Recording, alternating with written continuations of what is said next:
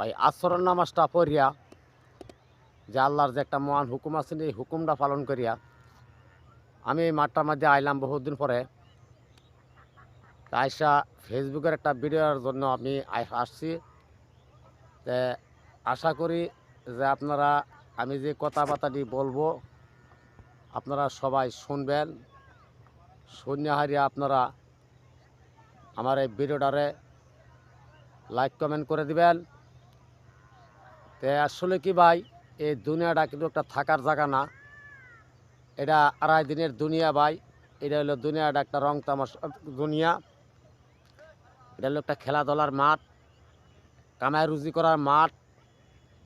তা এই কামাই রুজির মধ্যে মনে করেন সবচেয়ে বড় কামাই হলো আল্লাহর আমল। তো এই আল্লাহর আমল যদি আপনারা আর আমি ঠিক মতো নিয়ে যেতে পারি তো হয়তো আল্লাহ আপনারে এর উসিলা করিয়া মাফও করতে পারে।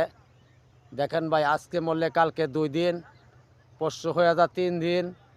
ঠিক এমনিভাবেই ভাই দিনগুলি চলে যাব, মাসগুলি চলে যাব, বছরগুলি চলে যাব, কিন্তু আপনার আমার স্মৃতিগুলি দুনিয়াতে থাকিয়া যাব।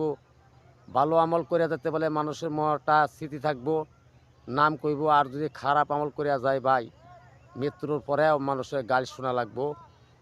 তে দেখতে দেখতে দেখেন ভাই, আমার এই অসুস্থ মারা গড়া পড়া আছেন, দেখতে দেখতে আজকে 22টা দিন চলে গেল।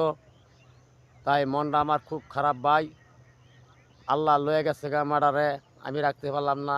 শত চেষ্টা করেও অনেক চিকিৎসা টিসা করছি, মারা আমার মারা গেছে। বাপটা আমার পাগল অবস্থা, কবরের ফারাকলে শুয়ে থাকে। তে বাপটার ভিডিও আপনার পাঠাইছি। আপনার বাপটার জন্য আমার বাপটার জন্য আপনারা দোয়া খেরাত করবেন। আমার বাপটার রানিং বয়স 100 বছর চলছে।